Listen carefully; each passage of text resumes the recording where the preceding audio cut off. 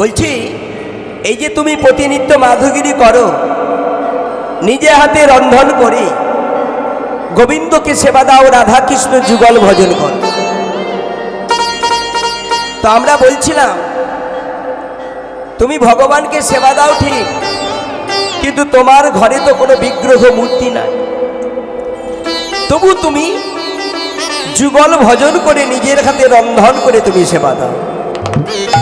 তোমার এই ভক্তি দেখে আমরা নবগ্রামের সমস্ত ভক্তগণ তুষ্ট গো, সবাই আমরা তুষ্ট। কিন্তু জানো বাঞ্ছারা, আমরা নবগ্রামের সমস্ত গ্রামবাসী মনস্থির করেছি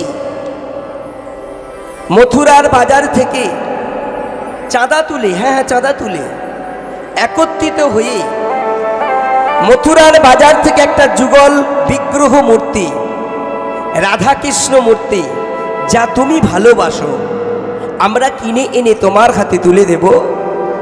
ওটিকে তুমি তোমার ঘরে প্রতিষ্ঠিত করে প্রতিনিত্য সেবা দেবে। আমরা সবাই নবগ্রামবাসী ধন্য হয়ে যাব। মায়েরা, বাচ্চারা বলল ভক্তবর, আহাগো খুব সুন্দর, দারুণ কথা বলেছে। আমার প্রতি যে তোমাদের এত দয়া, এত মায়া, এতে আমি খুব তুষ্ট। কিন্তু বলতে পারো তোমরা যে মনস্থির করেছো মথুরার বাজার থেকে গ্রামবাসীরা চাঁদা তুলে যুগল বিগ্রহ মূর্তি কিনে এনে আমার হাতে তুলে দেবে, বলো না গো, সত্যি কি ওই বিগ্রহ মূর্তি আমার ডাকে সাড়া দেবে?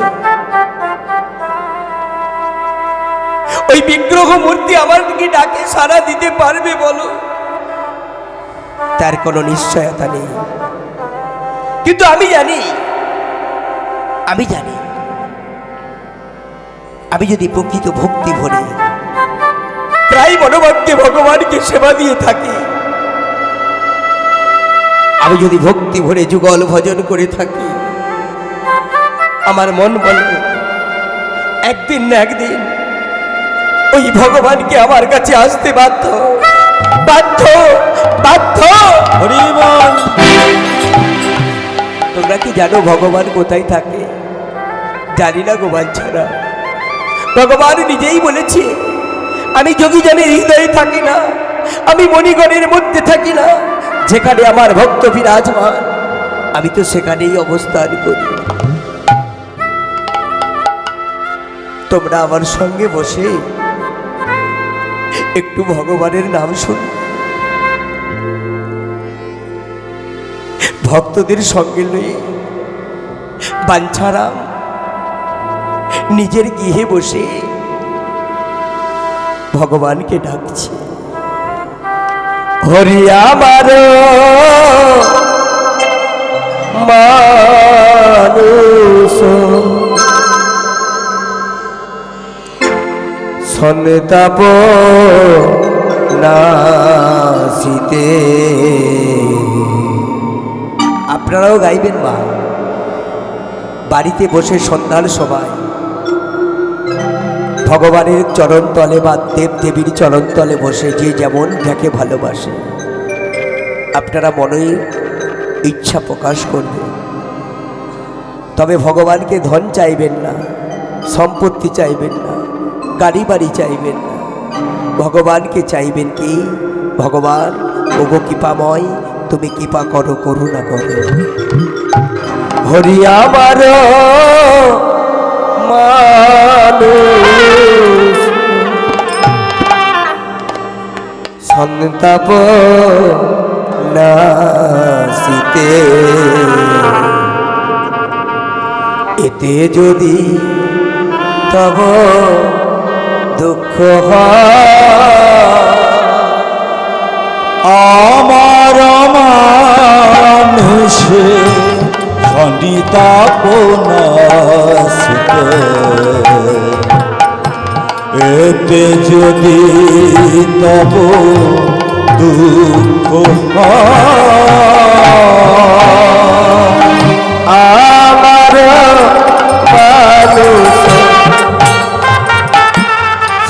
আপন আসিতে এতে যদি তব দুঃখ হয় আমার মানুষে সমিতাপনাশিতে এতে যদি তব দুঃখ আমার যা হবার তাই হবে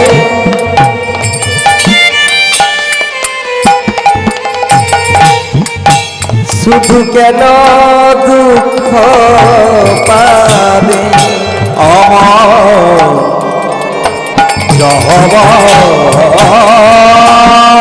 জহবার তাই হবে তুমি কেন দুঃখ পাবে আমার যাবার তাই হবে তুমি কেন দুঃখ পাবে আমার যাহবার তাই হবে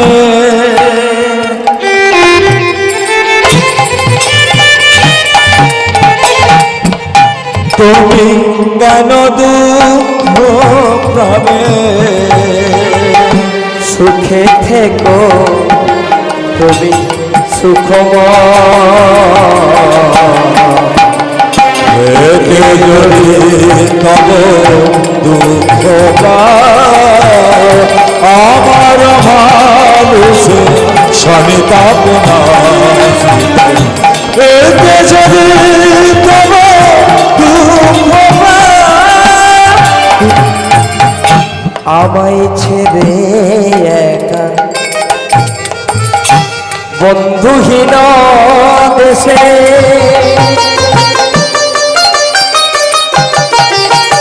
ওগো কোথায় রইলে হরি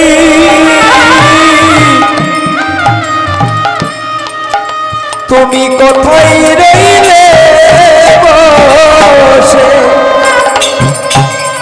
আমায় ছেড়ে বন্ধুহীন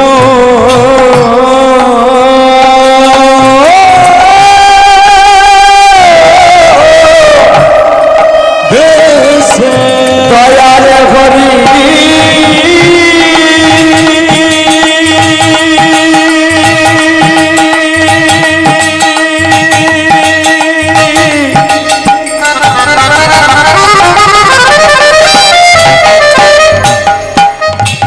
দয়াল হরি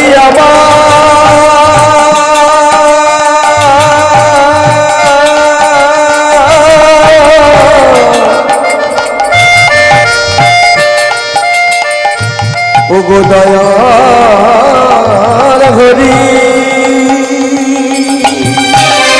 আমায় ছেড়ে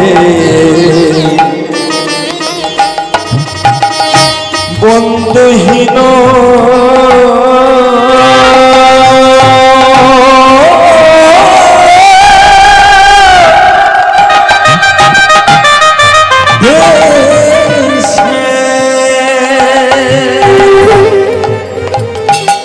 তুমি কোথায় রইলে হরি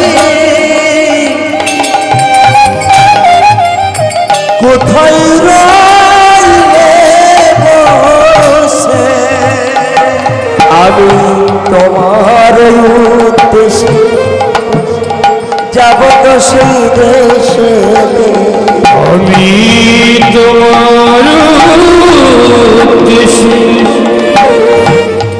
আর যাব সেই দেশে তোমার উদ্দেশ্যে যাব তো সেই দেশেতে তোমার উদ্দেশ্যে আমি যাব সেই দেশে আমার নব পরিচয়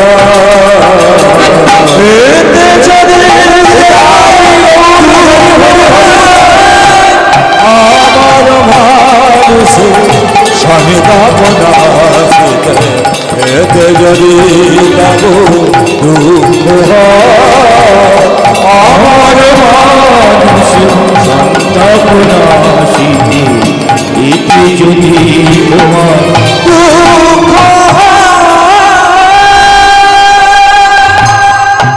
বাঞ্ছারাম ভক্তগণকে সঙ্গে নিয়ে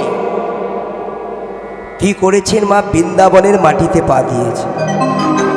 বহুদিনের আশা আমি বৃন্দাবনে যাব আর বৃন্দাবনে গিয়ে শ্যামকুণ্ড রাধাকুণ্ডর জলে স্নান করব। মায়েরা বৃন্দাবনের মাটিতে যখনই পা দিয়েছে বাঞ্ছারামকে লক্ষ্য করে এক ব্রজবাসী ডাকছে, বাঞ্ছারাম।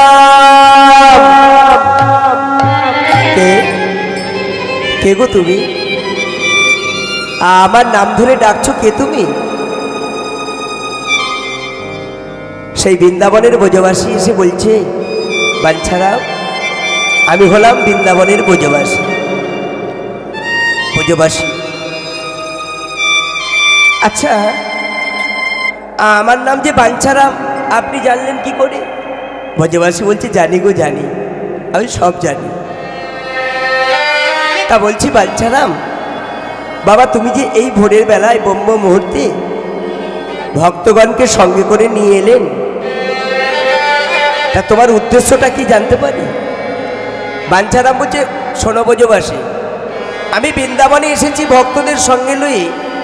আমার মনের ইচ্ছা আমি একটু শ্যামকুণ্ড রাধাকুণ্ডর জলে স্নান করতে চাই। বাহ বাহ বাহ বাহ, খুব সুন্দর। মানে কি বলছেন আপনি? বাঞ্ছারাম বলছে, কি বলছেন আপনি? ব্রজবাসী বলছে, দেখো বাঞ্ছারাম, তুমি যে উদ্দেশ্য নিয়ে ভোরের বেলায় এসেছো আমিও কিন্তু ঠিক একই উদ্দেশ্য নিয়ে এসেছি। তুমি এসেছো শ্যামকুণ্ড রাধাকুণ্ডর জলে স্নান করবার জন্য, আমিও এসেছি শ্যামকুণ্ড রাধাকুণ্ডর জলে একটু স্নান করবার জন্য। কিন্তু জানো আমার একটা সমস্যা আছে। সমস্যাটা কি?